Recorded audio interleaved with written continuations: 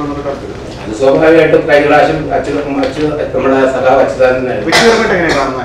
അമ്മയുടെ ഇപ്പോഴത്തെ നേതൃത്വത്തെ വ്യക്തിപരമായിട്ട് എങ്ങനെയാണ് കാണുന്നത്? എന്റെ അമ്മയാണ്, നമ്മുടെ അമ്മയെ എങ്ങനെ കാണും? അല്ലാതെ അവരുടെ നിലപാടുകളെ കുറിച്ച് വിയോജിപ്പൊന്നുമില്ല. ഞാനും പറഞ്ഞില്ലേ, എന്റെ അമ്മയെ ഞാൻ എങ്ങനെ കാണുന്നത്? എന്റെ അമ്മ എന്നെ വളർത്തി വലുതാക്കി എന്നെ സംരക്ഷിക്കുന്നു, തിരിച്ച് നമ്മളെ സംരക്ഷിക്കില്ലേ? നിങ്ങൾ സിനിമയിൽ അഭിനയിച്ച് കുറച്ച് കഴിഞ്ഞിട്ടൊക്കെ ആണല്ലോ ഈ അമ്മയൊക്കെ വന്നത്. അപ്പൊ അമ്മയ്ക്ക് മുമ്പേ ജനിച്ച മകൻ എന്നുള്ളൊരു അമ്മയ്ക്ക് മുമ്പേ ജനിച്ചതല്ലേ? അമ്മയ്ക്ക് മുമ്പ് വേറൊരു ചലച്ചിത്ര പരിഷത്ത് ഉണ്ടായിരുന്നു.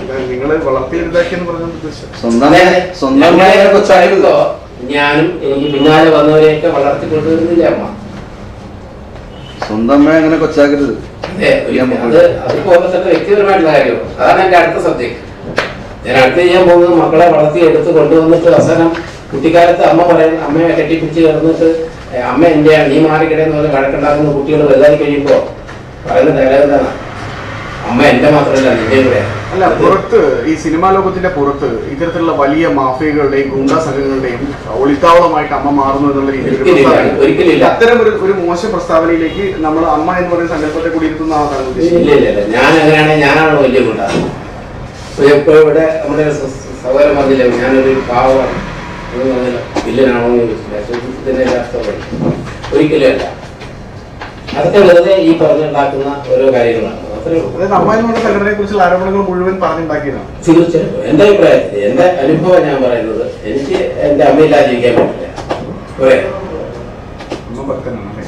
അമ്മ ഭക്തനല്ല, അമ്മ വാത്സല്യ നിധിയായ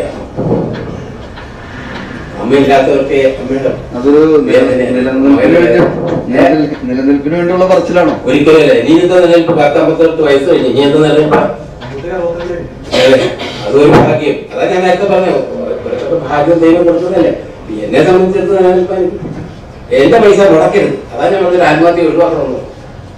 എന്നെ പോലെ പറയാൻ മറ്റുള്ളവർക്ക് ധൈര്യം ഉണ്ടാവില്ല. പക്ഷെ ഞാൻ പറയും, ഇപ്പൊ ഞങ്ങൾക്ക് ഒരു അസുഖം വന്ന് ഞാൻ ഹോസ്പിറ്റലിൽ പോയി എന്നെ ആയിരുന്നു.